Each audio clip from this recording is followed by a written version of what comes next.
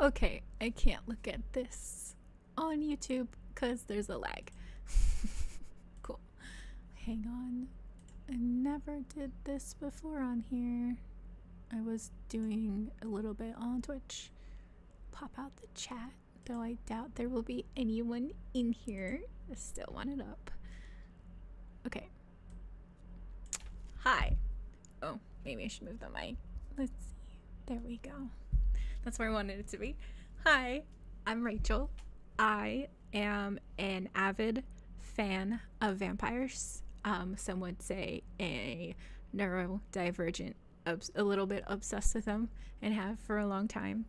And I love the little vampire communities that I see online, but we don't really seem to conjugate, together. So I kind of wanted to create a little space for us little supernatural vampire loving weirdos to like hang out and listen to stories we possibly haven't heard before.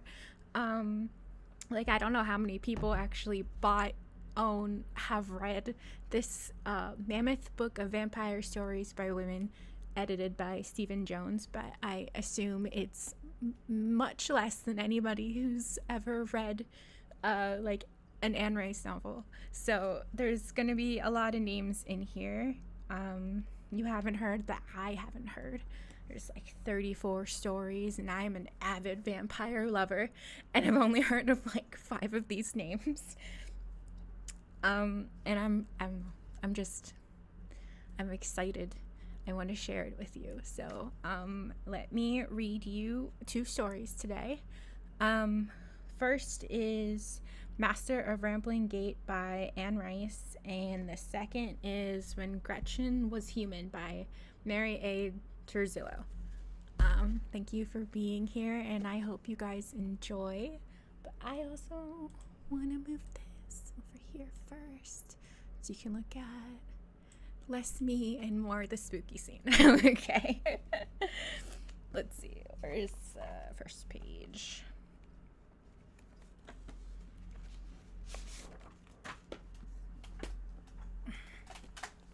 The Master of Rampling Gate by Anne Rice.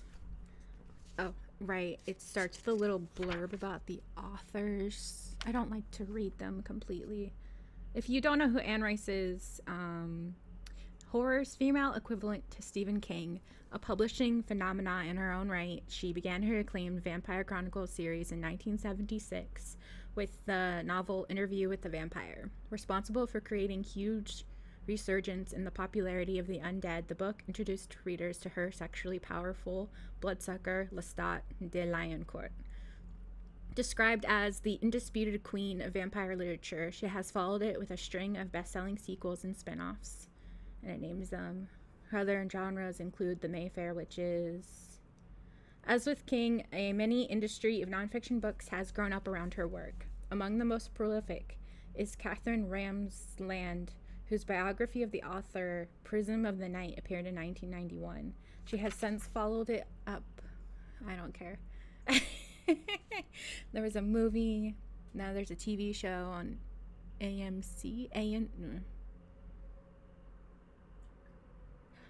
Why do I want to say AMC? That's just a movie theater. I swear to God, it's a TV show. A lot of people seem to like it. It's very gay. I haven't watched it yet, but I know that when I do watch it, I'm going to love it. You know, I was not a person who was obsessed with vampires, reveals Rice, or who had pictures of them around the house. I hadn't seen any vampire movies in recent years, so it didn't grow out of any active obsession with them. It just happened that when I started to write through that image, everything came together for me. I was suddenly able to talk about reality by using fantasy.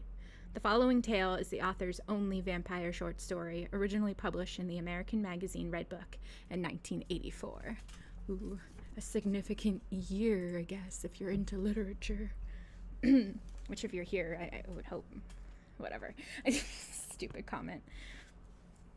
Okay, starting. Spring. I don't know where to put my book without messing up the mic. Spring 1888, Rampling Gate. It was so real to us in the old pictures, rising like a fairy tale castle out of its own dark wood, a wilderness of gables and chimneys between those two immense towers, gray stone walls mantled in ivy, mullioned windows reflecting the drifting clouds. But why had Father never taken us there? And why, on his deathbed, had he told my brother that Rampling Gate must be torn down, stone by stone? I should have done it, Richard, he said, but I was born in that house, as my father was, and his father before him. You must do it now, Richard. It has no claim on you. Tear it down. Was it any wonder that not 2 months after Father's passing, Richard and I were on... I'm distracted by my cat meowing. Sorry. Was it any wonder that not 2 months after Father's passing, Richard and I were on the noon train headed south for the mysterious mansion that had stood up upon the rise above the village of Rampling for 400 years? Surely Father would have understood. How could we destroy the old place when we had never seen it? But as the train moved slowly through the outskirts of London, I can't say we were very sure of ourselves, no matter how curious and excited we were. Richard had just finished 4 years at Oxford. 2 whirlwind social seasons in London had proved me something of a shy success. I still preferred scribbling poems and stories in my room to dancing the night away, but I'd kept that a good secret. And though we had lost our mother when we were little, Father had given us the best of everything. Now the carefree years were ended. We had to be independent and wise. The evening before, we had pored over the old pictures of Rampling Gate, recalling in hushed, tentative voices the night Father had taken those pictures down from the walls. I couldn't have been more than 6 and Richard 8 when it happened. Yet we remembered well the strange incident in Victoria Station that had precipitated Father's uncharacteristic rage. My problem is my eyes go faster than my mouth. Okay. We had gone there after supper to say farewell to a school friend of Richard's, and Father had caught a glimpse, quite unexpectedly, of a young man at the lighted window of an incoming train. I could remember the young man's face clearly to this day. Remarkably handsome, with a head of lustrous brown hair, his large black eyes regarding Father with the saddest expression as Father drew back. "Unspeakable horror," Father had whispered. Richard and I had been too amazed to speak a word. Later that night, Father and Mother quarreled, and we crept out of our rooms to listen on the stairs. That he should dare to come to London, Father said over and over. Is it not enough for him to be the indisputed master of Rampling Gate? How we puzzled over it as little ones. Who was a stranger? How could he be master of a house that belonged to our father, a house that had been left in the care of an old blind housekeeper for years? But now, after looking at the pictures again, it was too dreadful to think of Father's exhortation, and too exhilarating to think of the house itself. I packed my manuscripts, for, who knew, maybe in that melancholy and exquisite setting, I'd find exactly the inspiration I needed for the story I'd been writing in my head. Yet there was something almost illicit about the excitement I felt. I saw in my mind's eye the pale young man again with his black greatcoat and red woolen cravat. Like bone china, his complexion had been. Strange to remember so vividly. And I realize now that in those few remarkable moments he had created for me an ideal of masculine beauty that I had never questioned since. But Father had been so angry. I felt an unmistakable pang of guilt.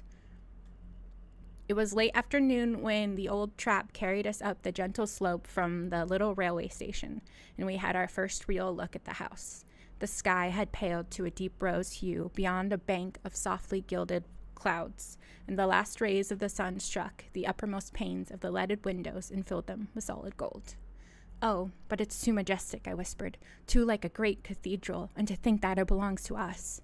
Richard gave me the smallest kiss on the cheek. I wanted with all my heart to jump down from the trap and draw near on foot, letting those towers slowly grow larger and larger above me, but our old horse was gaining speed. When we reached the massive front door, Richard and I were spirited into the great hall by the tiny figure of the blind housekeeper, Mrs. Blessington, our footfalls echoing loudly on the marble tile, and our eyes dazzled by the dusty shafts of light that fell on the long oak table and its heavily carved chairs, on the sombre tapestries that stirred ever so slightly against the soaring walls. "Richard, it is an enchanted place," I cried, unable to contain myself. Mrs. Blessington laughed gaily, her dry hand closing tightly on mine. We found our bedchambers well aired, with snow-white linen on the beds and fires blazing cozily on the hearths. The small, diamond-paned windows opened on a glorious view of the lake and the oaks that enclosed it, and the few scattered lights that marked the village beyond. That night we laughed like children as we supped at the great oak table, our candles giving only a feeble light. And afterwards we had a fierce battle of pocket billiards in the games room, and a little too much brandy, I fear. It was just before I went to bed that I asked Mrs. Blessington if there had been anyone in this house since my father left it, years before. No, my dear, she said quickly, fluffing the feather pillows. When your father went away to Oxford, he never came back. There was never a young intruder after that. I pressed her, though, in truth, I had little appetite for anything that would disturb the happiness I felt. How I loved the Spartan cleanliness of this bedchamber, the walls bare of paper and ornament, the high luster of the walnut-paneled bed. A young intruder? With an unerring certainty about her surroundings, she lifted the poker and stirred the fire. No, dear, whatever made you think there was? Are there no ghost stories, Mrs. Blessington? I asked suddenly, startling myself. Unspeakable horror. But what was I thinking? That young man had not been real. Oh, no, darling, she said, smiling. No ghost would ever dare to trouble Rampling Gate. Nothing, in fact, troubled the serenity of the days that followed. Long walks through the overgrown gardens, trips in the little skiff to and fro across the lake, tea under the hot glass of the empty conservatory. Early evening found us reading and writing by the library fire. All our inquiries in the village met with the same answers. The villagers cherished the house. There was not a single disquieting legend or tale. How were we going to tell them of Father's edict? How were we going to remind ourselves? Richard was finding a wealth of classical material on the library shelves, and I had the desk in the corner entirely to myself. Never had I known such quiet. It seemed the atmosphere of Rampling Gate permeated my simplest written descriptions and wove its way richly into the plots and characters I created. The Monday after our arrival, I finished my first real short story, and after copying out a fresh draft, I went off to the village on foot to post it boldly to the editors of Blackwood's magazine. It was a warm afternoon, and I took my time as I came back. What had disturbed our father so about this lovely corner of England? What had so darkened his last hours that he laid his curse upon this spot? My heart opened to his unearthly stillness, to an indisputable magnificence that caused me utterly to forget myself. There were times here when I felt I was a disembodied intellect, drifting through a fathomless silence, up and down garden paths and stone corridors that had witnessed too much to make cognizance of one small, fragile woman who in random moments actually talked aloud to the suits of armor around her, to the broken statues in the garden, the fountain cherubs who had had no water to pour from their conches for years and years. Just a little comment that, like, one, she's cute, she's adorable, and two, she's like, oh no, she's so strange. The way she talks out loud sometimes to little statues is like, it's like, how do I describe it? Manic Pixie Dream Girl, just kind of like, oh, and she's so quirky, she's so pretty and quirky, whatever. But was there in this loveliness some malignant force that was eluding us still, some untold story, unspeakable horror? Even in the flood of brilliant sunlight, those words gave me a chill. As I came slowly up the slope, I saw Richard walking lazily along the uneven shore of the lake. Now and then he glanced up at the distant battlements, his expression dreamy, almost blissfully contented. Rampling Gate had him, and I understood perfectly because it also had me. With a new sense of determination, I went to him and placed my hand gently on his arm. For a moment, he looked at me as if he did not even know me, and then he said softly, well, how will I ever do it, Julie? In one way or the other, it will be on my conscience all my life. It's time to seek advice, Richard, I said. Write to our lawyers in London. Write to Father's clergyman, Dr. Matthews. Explain everything. We cannot do this alone. They're acting like they're, I don't know, like doing something so debased, tearing down a crumbling old mansion. I mean, yeah, like I like history. I like old things. I like preserving like historical buildings and things in my little town that I live in. I think that's cool and it's neat, but at the same time, you have to have like a perspective about it. Like, is it cool to have it? Yes. Would it be sad to lose it? Yes. But ultimately, life moves on and things break down and crumble, and like not everything has to be kept in a museum, you know, like, yeah, this place is beautiful, but there's no reason why you can't. I mean, I guess you don't have to tear it down. No, I guess you would have to, because that's what is. I'm rambling. Whatever. It feels a little bit forced, the horror in this so far. It feels just a little bit forced, not horsed. It feels a little forced, I think, is my ultimate problem. It was 3:00 in the morning when I opened my eyes, but I had been awake for a long time, and I felt not fear lying there alone, but something else, some vague and relentless agitation, some sense of emptiness and need that caused me finally to rise from my bed. What was this house really, a place or merely a state of mind? What was it doing to my soul? Okay. I felt overwhelmed, yet shut out of some great, dazzling secret.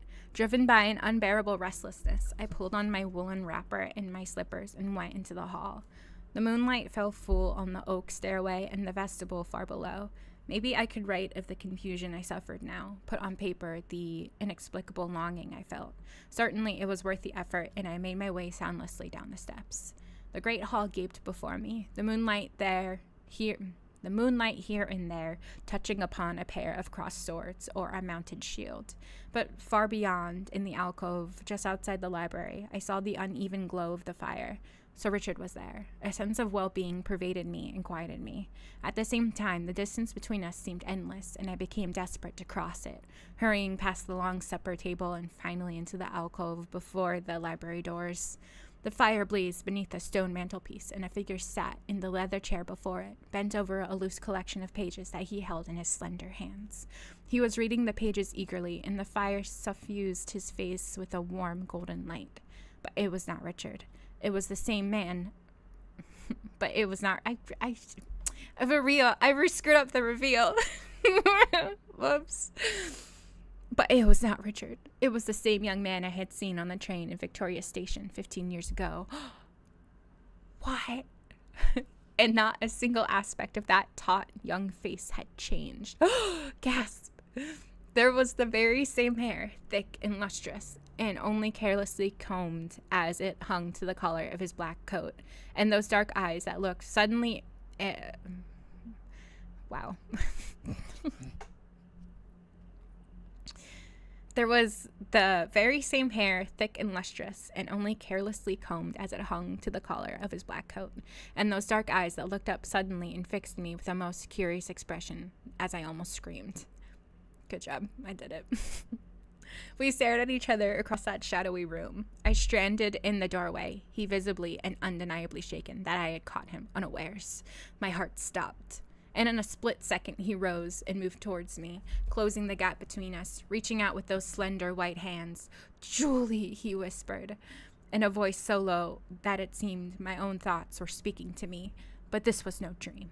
He was holding me, and the scream had broken loose from me, deafening, uncontrollable, and echoing from the four walls. I was alone. Clutching at the doorframe, I staggered forward, and then, in a moment of perfect clarity, I saw the young stranger again, saw him standing in the open door to the garden, looking back over his shoulder. Then he was gone. I could not stop screaming. I could not stop even as I heard Richard's voice calling me, heard his feet pound down the broad, hollow staircase and through the great hall. I could not stop even as he shook me, pleaded with me, settled me in a chair. Finally, I managed to describe what I had seen. "But you know who it was," I said, almost hysterically. "It was he, the young man from the train." "Now wait," Richard said. He had his back to the fire, Julie, and you could not see his face clearly. "Richard, it was he.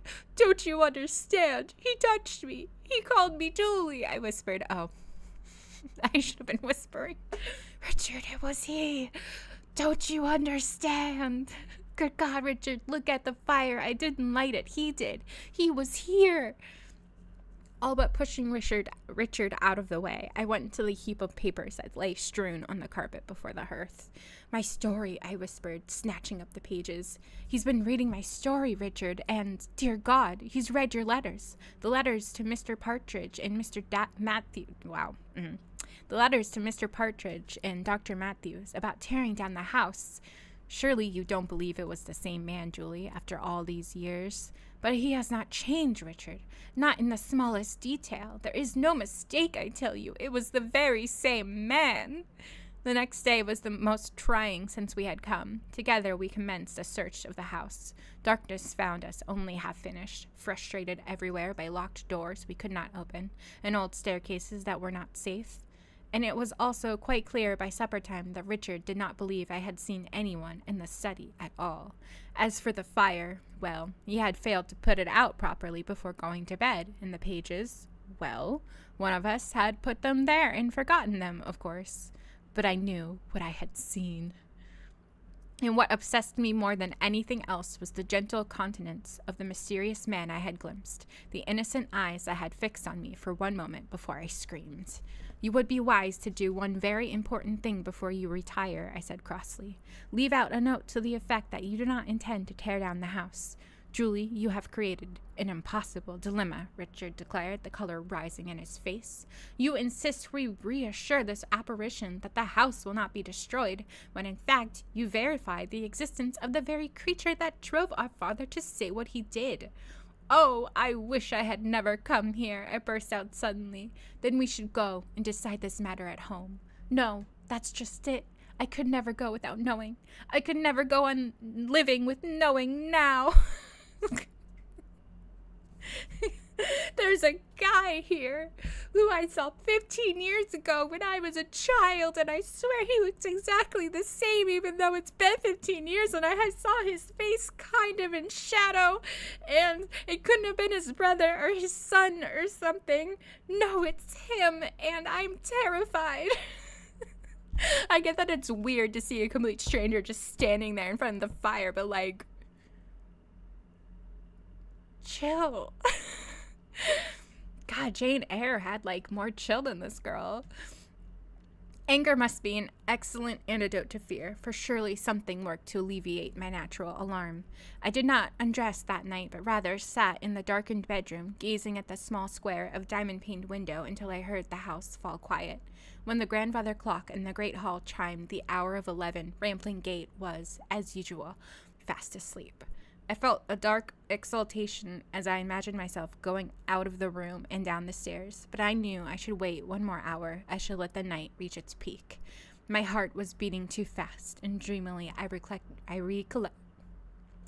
recollected the face I had seen, the voice that had said my name. Why did it seem, in retrospect, so intimate that we had known each other before, spoken together 1,000 times? Was it because he had read my story, those words that came from my very soul? Who are you? I believe I whispered aloud. Where are you at this moment? I uttered the word, come. The door opened without a sound, and he was standing there. He was dressed exactly as he had been the night before, and his dark eyes were riveted on me with that same obvious curiosity, his mouth just a little slack, like that of a boy. I sat forward, and he raised his finger as if to reassure me and gave a little nod. Ah, it is you, I whispered. Yes, he said, in a soft, unobtrusive voice. And you are not a spirit. I looked at his mud-splattered boots, at the faintest smear of dust on that perfect white cheek. A spirit, he asked, almost mournfully. Would that I were that. Dazed, I watched him come towards me. The room darkened, and I felt his cool, silken hands on my face. I had risen. I was standing before him, and I looked up into his eyes. I heard my own heartbeat. I heard it as I had the night before. Right at the moment I had screamed. Dear God, I was talking to him. He was in my room, and I was talking to him. And then suddenly I was in his arms. Real, absolutely real, I whispered, and a low, zinging sensation coursed through me so that I had to steady myself. He was peering at me as if trying to comprehend something terribly important. His lips had a ruddy look to them, a soft look for all his handsomeness, as if he had never been kissed. A slight dizziness came over me, a slight confusion in which I was not at all sure that he was even there. Oh, but I am, he said, as if I had spoken my doubt.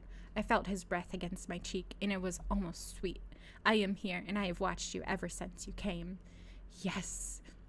My eyes were closing, In a dim flash, as of a match being struck, I saw my father, heard his voice. "No, Julie, but that was surely a dream." "Only a little kiss," said the voice of the one who was really here. I felt his lips against my neck. "I would never harm you, no harm ever for the children of this house. Just the little kiss, Julie, and the understanding that it imparts, that you cannot destroy a rampling gate, Julie, that you can never, never drive me away. The core of my being, that secret place where all desires and all commandments are nurtured, opened to him without a struggle or a sound. I would have fallen if he had not held me, my arms closed around him, my hands slipping into the soft, silken mass of his hair. I was floating, and there was, as there had always been at Rampling Gate, an endless peace.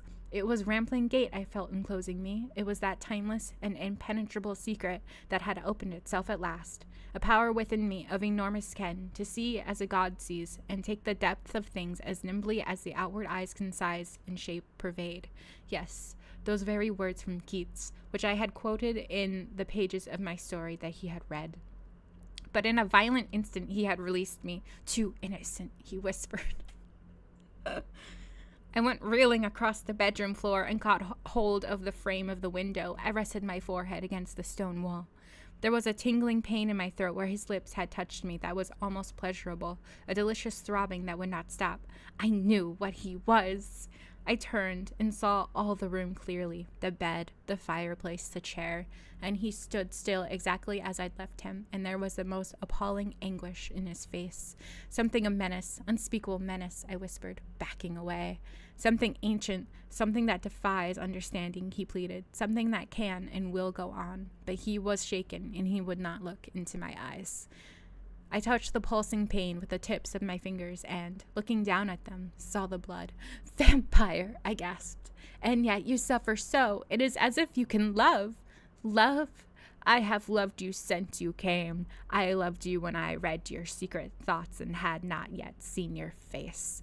He drew me to him ever so gently and, slipping his arm around me, guided me to the door. I tried for one desperate moment to resist him, and as any gentleman might, he stepped back respectfully and took my hand. Through the long upstairs corridor we passed, and through a small wooden doorway to a screw stair that I had not seen before. I soon realized we were ascending in the north tower, a ruined portion of the structure that had been sealed off years before. Through one tiny window after another, I saw the gently rolling landscape and the small cluster of dim lights that marked the village of Rampling, and the pale streak of white that was the London road. Up and up we climbed until we reached the uppermost chamber, and this he opened with an iron key. He held back the door for me to enter, and I found myself in a spacious room whose high, narrow windows contained no glass. A flood of moonlight revealed the most curious mixture of furnishings and objects: a writing table, a great shelf of books, soft leather chairs, and scores of maps and framed windows affixed to the walls.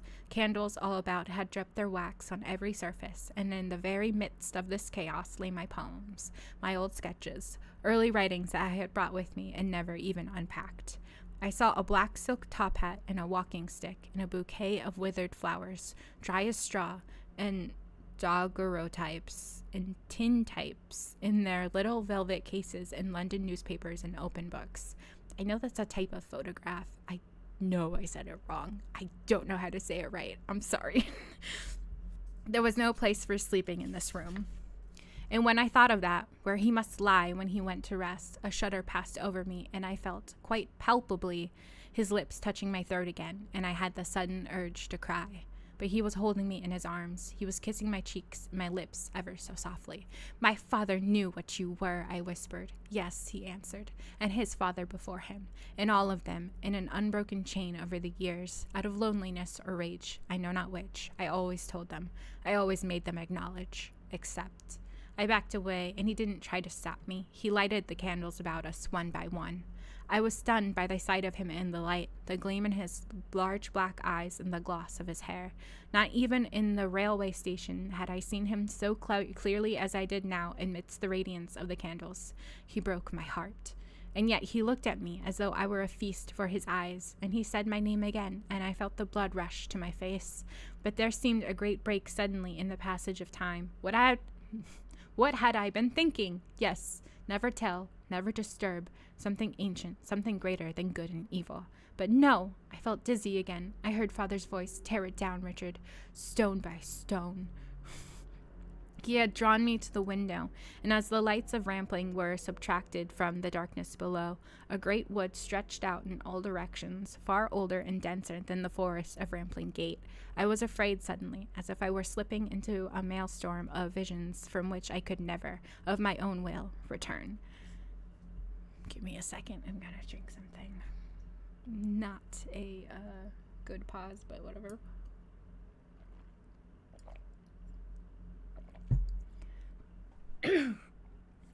There was that sense of our talking together. Talking in low, agitated voices, and I was saying that I should not give in. Bear witness, that is all I ask of you, Julie. And there was in me some dim certainty that by these visions alone I would be fatally changed. But the very room was losing its substance, as if a soundless wind of terrific force was blowing it apart. The vision had already begun.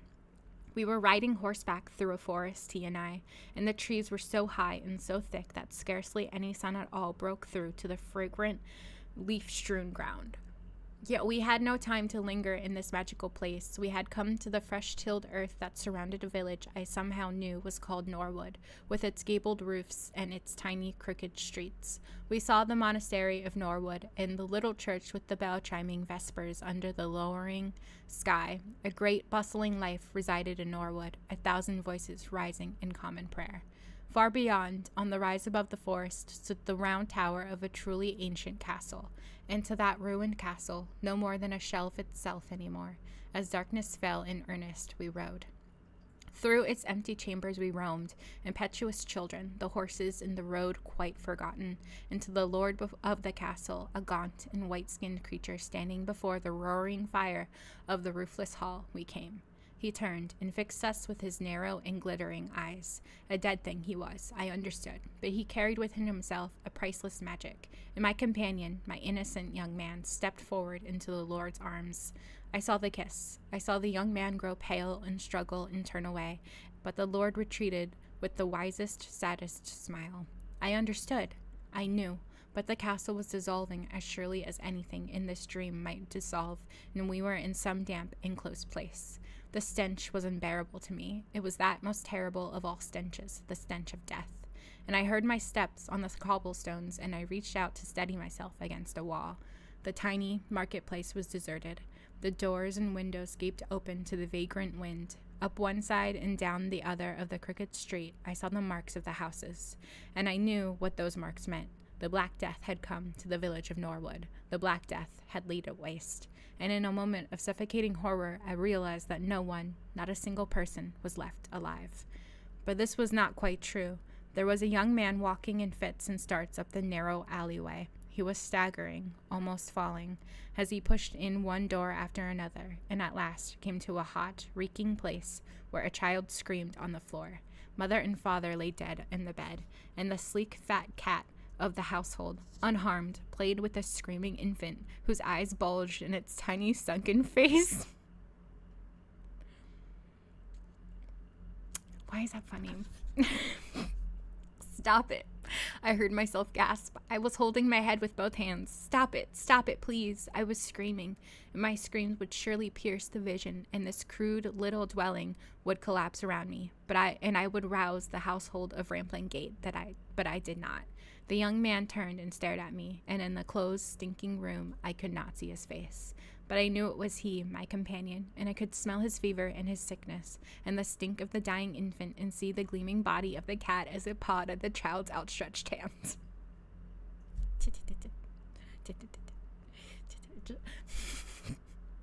Stop it, you've lost control of it, I screamed, surely with all my strength, but the infant screamed louder. Make it stop. I cannot, he whispered. It goes on forever. It will never stop.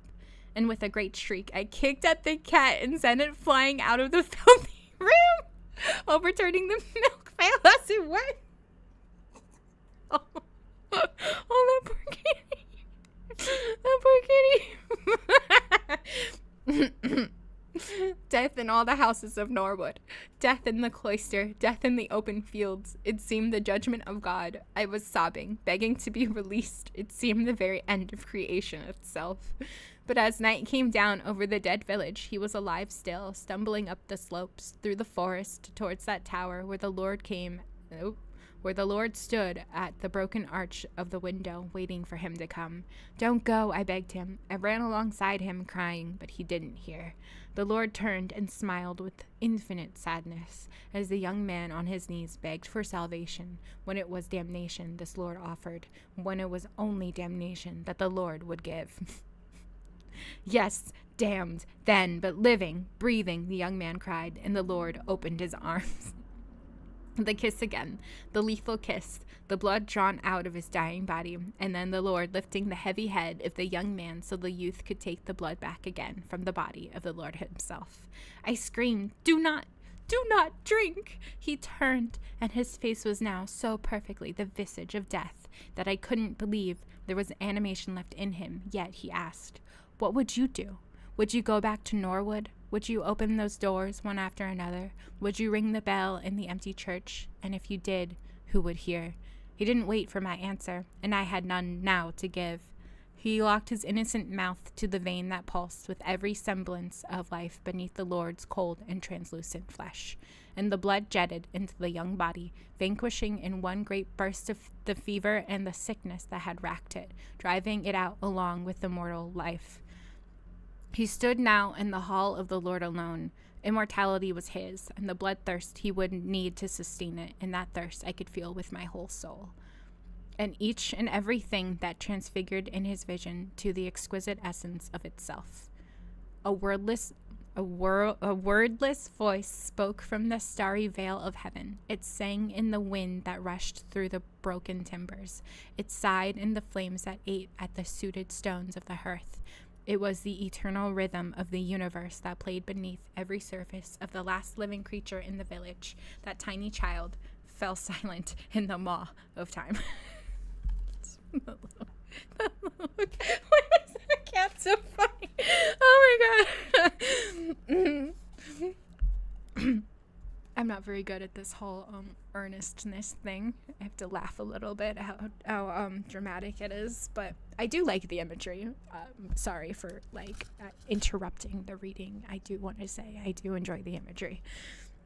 I like a gothic lit-esque story.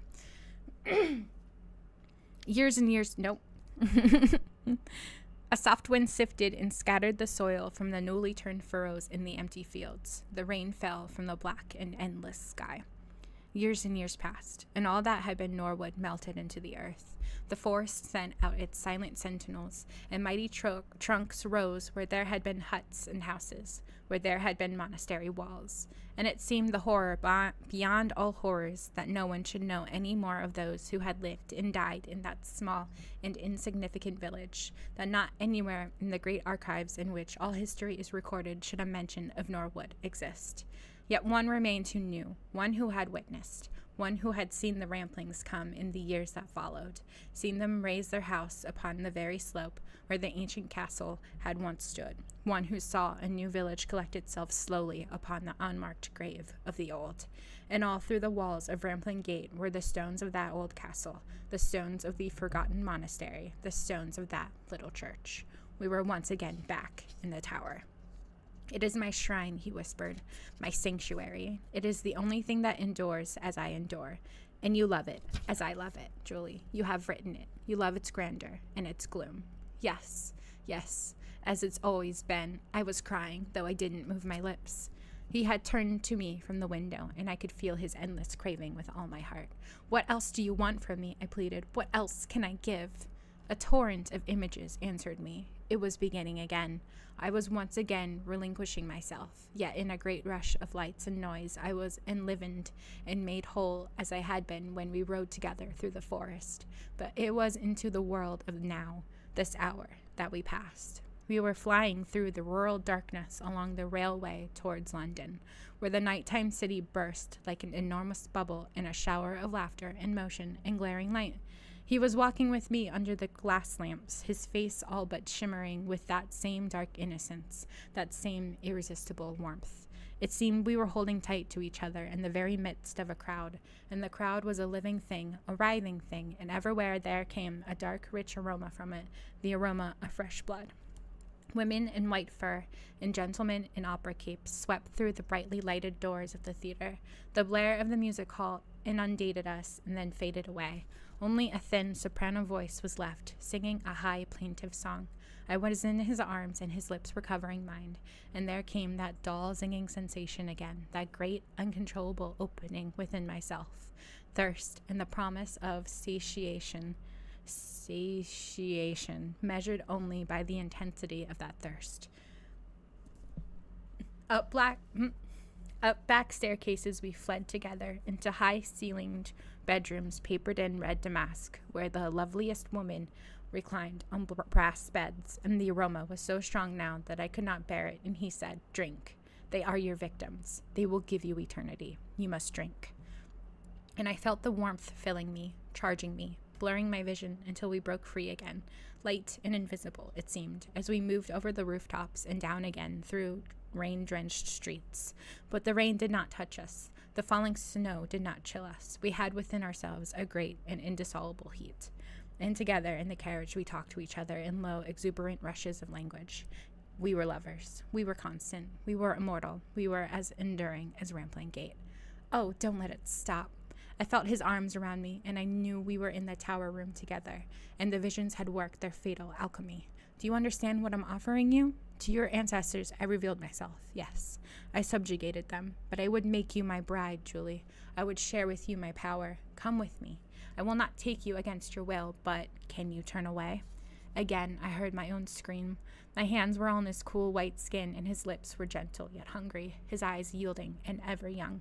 Father's angry countenance blazed before me, as if I, too, had the power to conjure.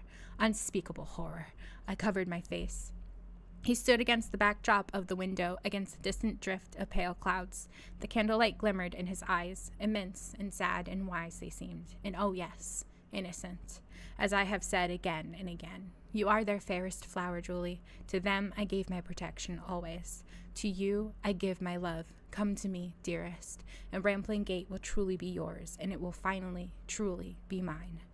Nights of argument, but finally Richard had come around. He would sign over Rampling Gate to me, and I should absolutely refuse to allow the place to be torn down.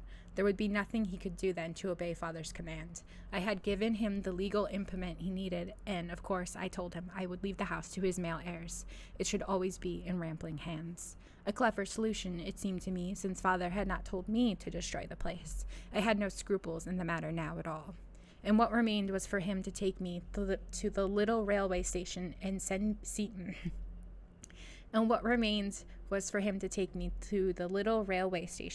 me off for London and not worry about my going home to Mayfair on my own. You stay here as long as you wish and do not worry, I said. I felt more tenderly towards him than I could ever express. You knew as soon as you set foot in the place that Father was quite wrong. The great black locomotive was chugging past us, the passenger cars slowing to a stop. Must go now, darling. Kiss me, I said. And what came over you, Julie? What convinced you so quickly? We've been through all that, Richard, I said. What matters is that Rampling Gate is safe, and we are both happy, my dear. I waved until I couldn't see him any more. The flickering lamps of the town were lost in the deep lavender light of the early evening, and the dark hulk of Rampling Gate appeared for one uncertain moment like the ghost of itself on the nearby rise. I sat back and closed my eyes. Then I opened them slowly, savoring this moment for which I had waited so long.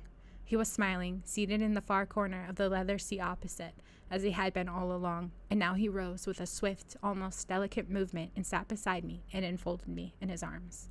It's 5 hours to London, he whispered. I can wait, I said, feeling the thirst like a fever, as I held tight to him, feeling his lips against my eyelids and my hair. I went to hunt the London streets tonight, I confessed a little shyly, but I saw only approbation in his eyes. Beautiful Julie, my Julie, he whispered. You'll love the house in Mayfair, I said. Yes, he said, and when Richard finally tires of Rampling Gate, we shall go home. All right.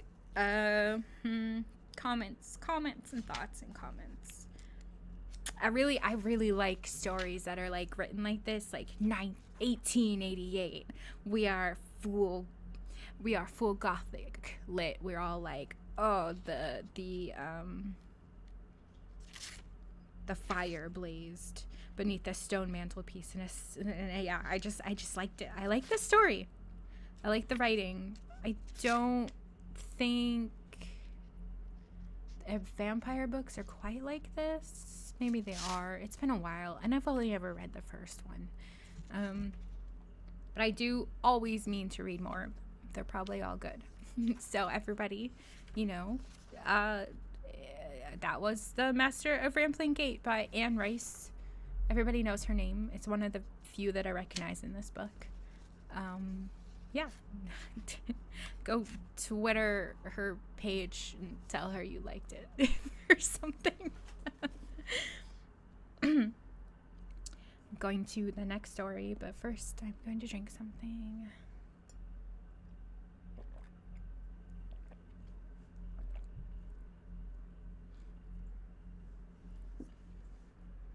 When Gretchen Was Human by Mary A. Turzillo.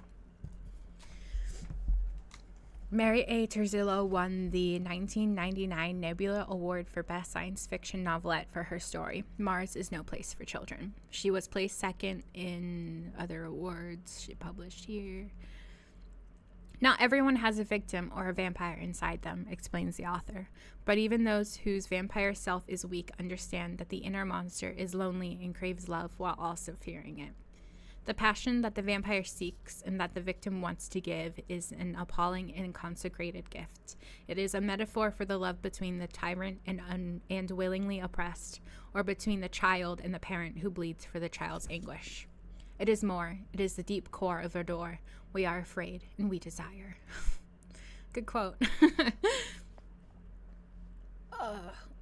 From what I remember of this story, there's like a couple names that I cannot pronounce properly, but we're just gonna have to suffer together. Gonna start now. You're only human, said Nick Scurroforno, fanning the pages of a tattered first edition of Image of the Beast. The conversation had degenerated from half-hearted sales pitch, Gretchen trying to sell Nick Scurroforno an early Pangborn imprint. Now they sat cross-legged on the scarred wooden floor of Miss Trilby's tomes, watching dust motes dance in August's 4 o'clock sun. Gretchen was wallowing in self-disclosure and voluptuous self-pity.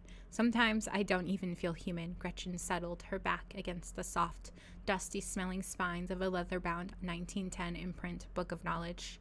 I can identify. And given the choice, who'd really want to be? Asked Gretchen, tracing the grain of the wooden floor with chapped fingers. You have a choice? Asked Scurroforno. See, after Ashley was diagnosed, my ex got custody of her. Just as well. She rummaged her smock for a tissue. I didn't have hospitalization after we split, and his would cover her, but only if she goes to a hospital way off in Seattle. Unbidden, a memory rose, Ashley's warm little body, wriggly as a puppy's, settling in her lap, opening where the wild things are, striking the page with her tiny pink index finger. Mommy, read. Scurroforno nodded. But can't they cure leukemia now? Sometimes. She's in remission at the moment, but how long will that last? Gretchen kept sneaking looks at Scurroforno. Amazingly, she found him attractive. She thought depression had killed the sexual impulse in her. He was a big man, chunky, but not actually fat, with evasive amber eyes and shaggy hair. Not bad looking, but not handsome either. In gray sweatpants, a brown t-shirt, and beach sandals. He had a habit of twisting the band of his watch, revealing a strip of pale skin from which the fine hairs of his wrist had been worn. And yet cancer itself is immortal, he mused. Why can't it make its host immortal too? Cancer is immortal? But of course cancer would be immortal. It was the ultimate predator. Why shouldn't it hold all the high cards?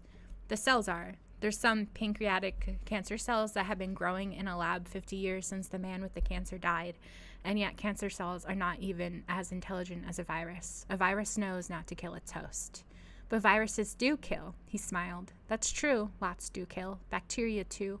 But there are bacteria that millennia ago decided to infect every cell in our bodies, turned into, let me think of the word, organelles? Like the mitochondrion. What's a mitochondrion? He shrugged, slyly basking in his superior knowledge.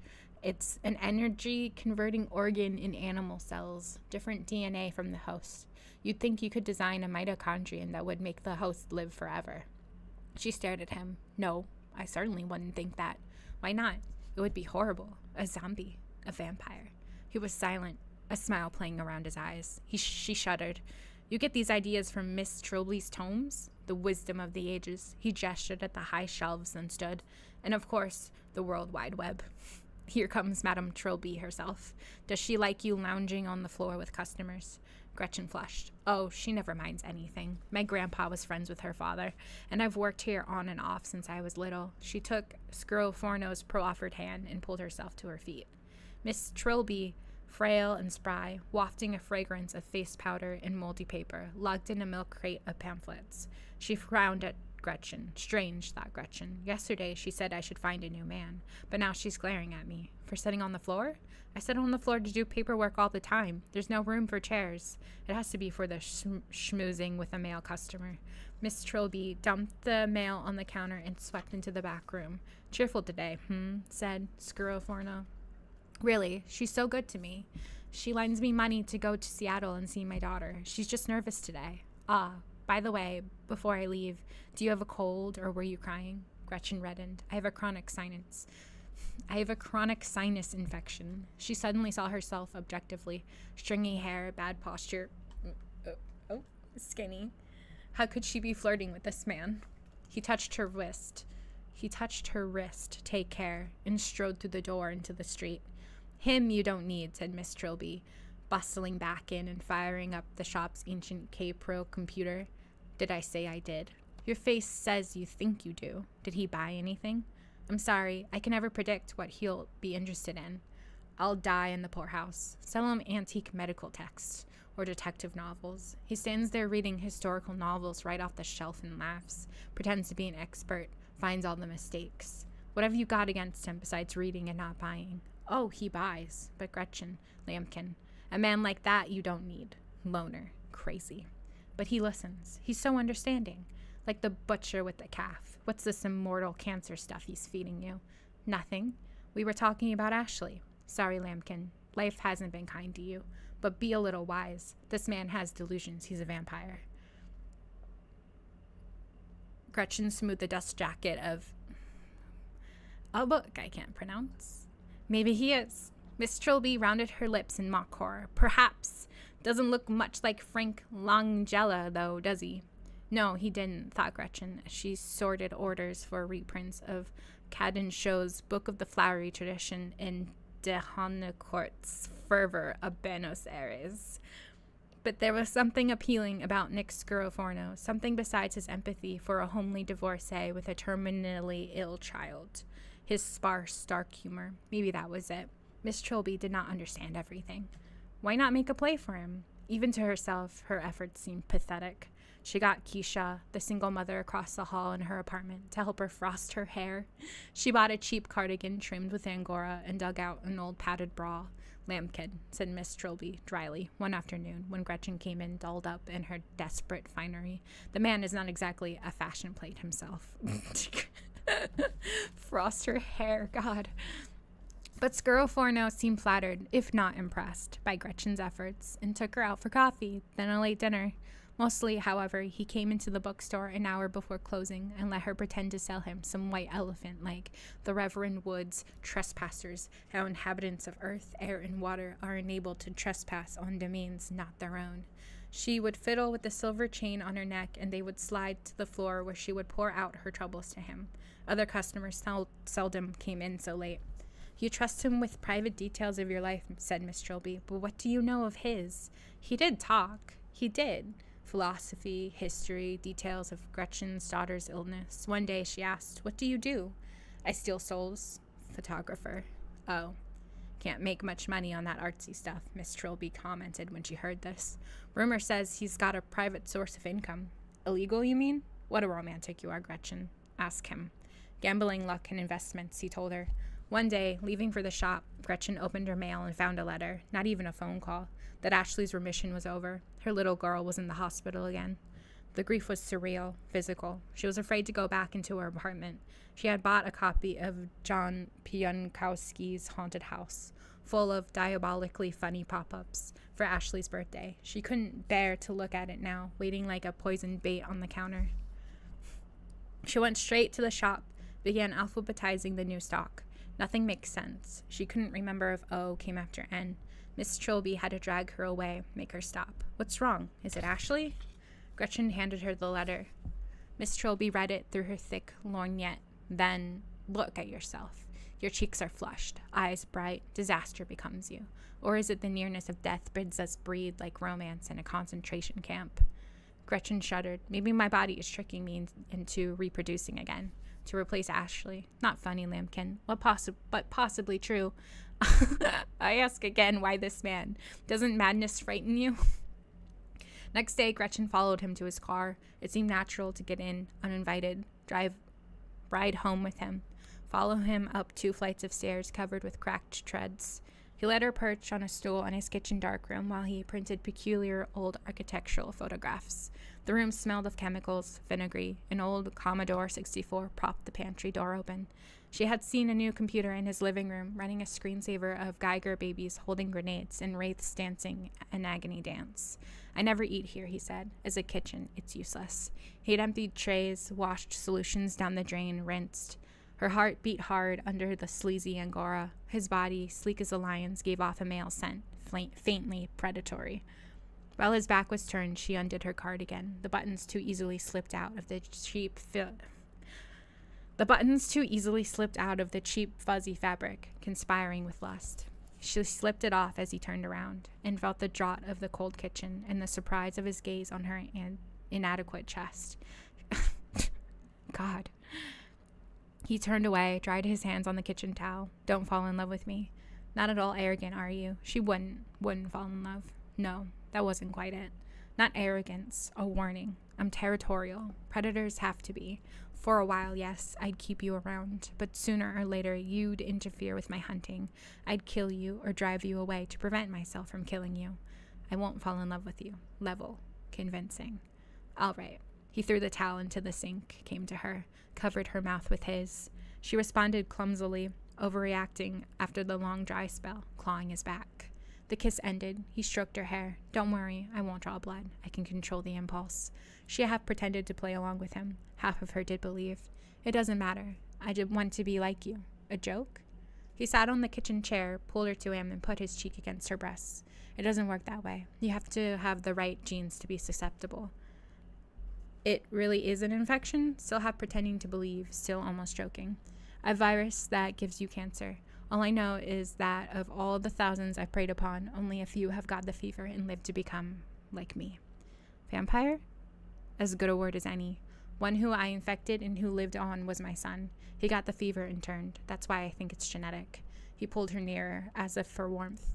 What happens if the prey doesn't have the genes? Nothing. Nothing happens. I never take enough to kill. I haven't killed a human in over 100 years. You're safe. She slid to her knees, wrapping her arms around his waist. He held her head to him, stroking her bare arms and shoulders. Silk, he said finally, pulling her up, touching her breast. She had nursed Ashley, but it hadn't stopped her from getting leukemia. Fire and ice sizzled across her breasts, as if her milk were letting down. Are you lonely? God, yes. That's the only reason I was even tempted to let you do this. You know, I have the instincts of a predator. It does that. But I was born human.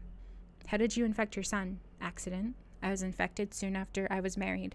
Petra, my wife, is long dead. Petra. Strange name. Not so strange in 13th century Florence. I turned shortly after I was married. I was very ill. I knew I needed blood, but no knowledge of why or how to control my thirst. I took blood from a priest who came to give me my last rites. My thirst was so voracious I killed him. Not murder, Gretchen. I was no more guilty than a baby suckling at breast. The first thirst is overpowering. I took too much, and when I saw that he was dead, I put on my clothes and ran away. Leaving your wife. Never saw her again. But years later, I encountered this young man at a gambling table. Pretended to befriend him. Overpowered him in a dark, narrow street. Drank to slate my thirst. Later, I encountered him changed. As a rival for the blood of the neighborhood. I had infected him. He had got the fever, developed into what I am. Later, I put the pieces together. I had left Petra pregnant. That was our son. You see, he had the right genes. If he hadn't, he would have never even noticed the modest blood loss. His hand stroked her naked shoulder. Where is he now? I often wonder. I drove him off soon after he finished the change. Vampires can't stand one another. They interfere with each other's hunting. Why have you chosen to tell me this? She tried to control her voice, but heard it thicken. I tell people all the time what I am. Nobody ever believes it. He stood, pulling her to her feet, kissed her again, pressing his hips to her body. She ran her hands over his shoulders and loosened his shirt. You don't believe me either. And then she smiled. I want to believe you. I told you once. I don't want to be human. He raised his eyebrows and smiled down at her. I doubt you have the right genes to be anything else. His bedroom was neat, sparsely furnished. She recognized books from Miss Trilby's tones. Red Dragons, Confessions of an English Opium Eater, on a low shelf near the bed. Unexpectedly, he lifted her off her feet and laid her on the quilt. They kissed again, a long, complicated kiss. He took her slowly. He didn't close the door, and from the bed she could see his computer screen in the living room. The Geiger wraiths in his screensaver danced slowly to their passion, and then she closed her eyes, and the wraiths danced behind her lids. When they were finished, she knew that she had lied. If she did not feel love, then it was something as strong and as dangerous. She traced a vein on the back of his hand. You were born in Italy? He kissed the hand with which she had been tracing his veins. Hundreds of years ago, yes, before my flesh became numb. Then why don't you speak with an accent? He rolled on his back, hands behind his head, and grinned. I've been an American longer than you have. I made it a point to get rid of my accent. Aren't you going to ask me about the sun and garlic and silver bullets? All just superstition, it would seem. He smiled wryly. But there is the gradual loss of feeling. You say you can't love? He groped in the bedside table for a pen. He drove the tip into his arm. See? Blood welled up slowly. Stop! My God! Must you hurt yourself? Just demonstrating. The flesh has been consumed by the cancer, if that's what it is. It starts in the coldest parts of the body. No nerves. I don't feel. It has nothing to do with emotion. And because you are territorial, yes. But the emotions don't die exactly. There's this horrible conflict, and physically the metastasis continues very slowly. I heard of a very old vampire whose brain had turned. He was worse than a shark, a feeding machine.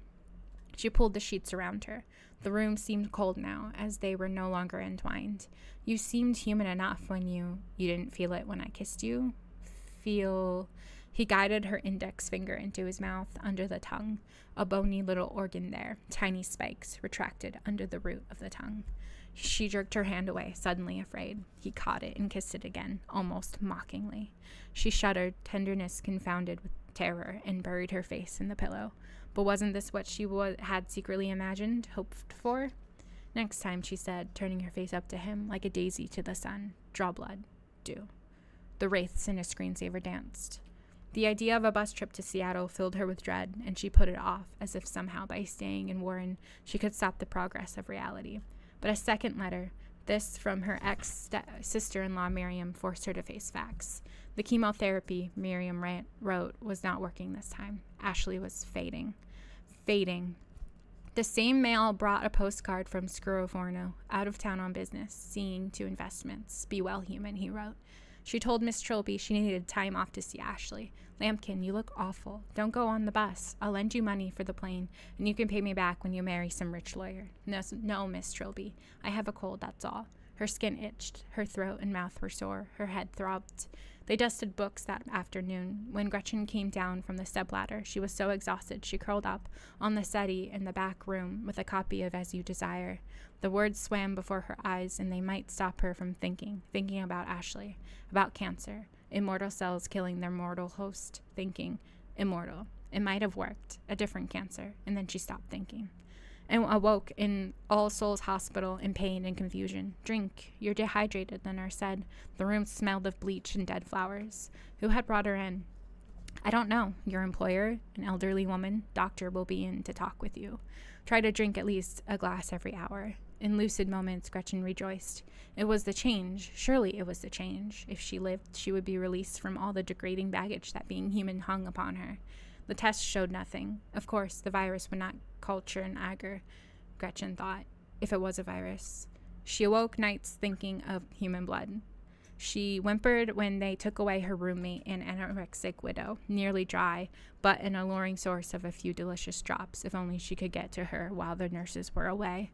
Miss Trilby visited, and only by iron will did Gretchen avoid leaping upon her. Gretchen screamed, "Get away from me! I'll kill you!" The doctors, unable to identify her illness, must have worried about her outburst. She didn't get another roommate, and they didn't release her, though she had no insurance. Miss Trilby did not come back. They never thought of cancer. Cancer does not bring a fever, and thirst, and bright, bright eyes, and a numbness in the fingers. Finally, she realized she had waited too long. The few moments of each day that delirium left her, she was too weak to overpower anybody. Scuro came in when she was almost gone. She was awake, floating, relishing death's sweet breath, the smell of disinfectants. "I'm under quarantine," she whispered. This was not true, but nobody had come to see her since she had turned on Miss Trilby. He waved that aside and unwrapped a large syringe. "What you need is blood." They wouldn't think of that, though. "Where did you get that?" Blood was so beautiful. She wanted to press Scuro wrists against the delicate itching structure under her tongue, to faint in the heat from his veins. "You're too weak to drink. Ideally, you should have several quarts of human blood, but mine will do."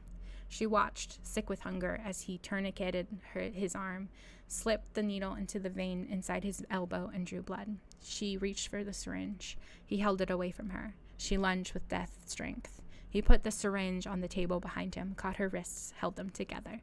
"You're stronger than I expected." He squeezed until the distant pain quelled her. She pretended to relax, still fixated on the sip of blood so near. She darted at his throat, but he held her easily. "Stop it. There isn't enough blood in the syringe to help you if you drink it. If I inject it, you'll get some relief, but my body is forbidden."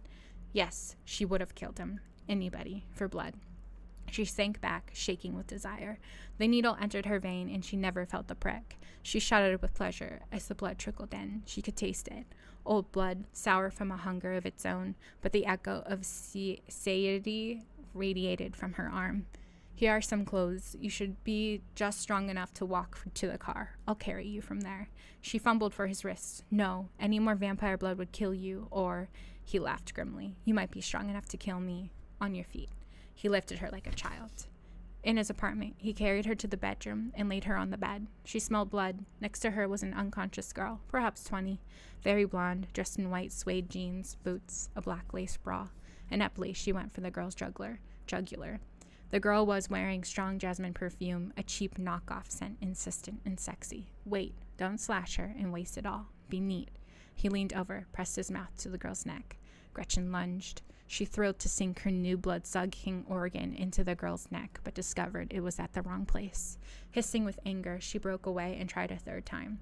Salty, thick comfort seeped into her body like hot whiskey. For an instant, Gretchen felt Scuro slip his finger into her mouth, breaking the suction. She came away, giddy with frustration. Scuro held her arms, hurting her. The pain was in another universe. She tried to twist away.